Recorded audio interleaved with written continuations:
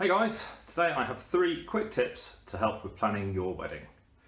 So, number 1, a little bit dull, but really important. Buy wedding insurance straight away. I meet a lot of couples who didn't even know that wedding insurance was a thing. It's really important. Obviously, hopefully it'll be completely wasted money, but on the very small chance that it's not, it could save you thousands and thousands of pounds. It's pretty standard across the industry for suppliers to be paid in advance of the wedding, a month or so, whatever.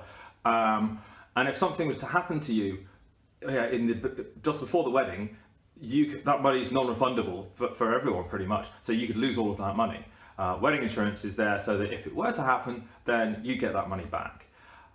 It's worth knowing that most insurances won't cover anything that was paid out before the insurance was taken out, so it really is one of the first things you should do.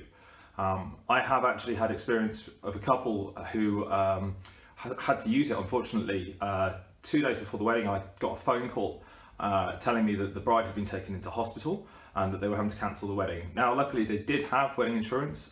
She was okay, she was in hospital for a few days, but she was okay.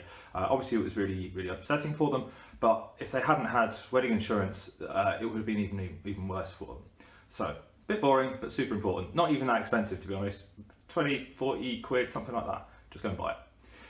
Number 2, when you start out planning, it can be a little bit difficult in visualising what it is that both of you want. You can have different ideas, and in most cases you've probably never planned a wedding before, so you don't really know what you're doing. Now I'd suggest starting off just with a bit of a brainstorming session. If you guys get a pad of Post-it notes and sit down, the 2 of you, and write down anything that you like the idea of for your wedding. It can be literally anything. The colour blue. I like that band that we saw before, wonder if they'll play for us. I want daisies. Can we do something with zombies in there? Whatever, it doesn't really matter. It's just there to give you both an idea of what it is you're imagining for your day. Now, stick those somewhere prominent, back of the fridge, kitchen door, whatever. And then over the next sort of month, 2 months, something like that, whenever you think of something that you think you might like at your wedding, just write it down on a Post-it note, stick it with all the other ones, and what will happen is that over that time, you both get to see it, you both start to build up this picture of what you have in mind for the day, so that when you actually start planning the day, it's much easier to have that conversation. You both know what the other person is thinking, and you have a much clearer plan of what it is that you want to achieve. Can cut down on a lot of arguments as well, because you're already aware of it, and there's no surprises or anything like that. Now the 3rd tip, this is actually something that my wife came up with and we did for planning our wedding.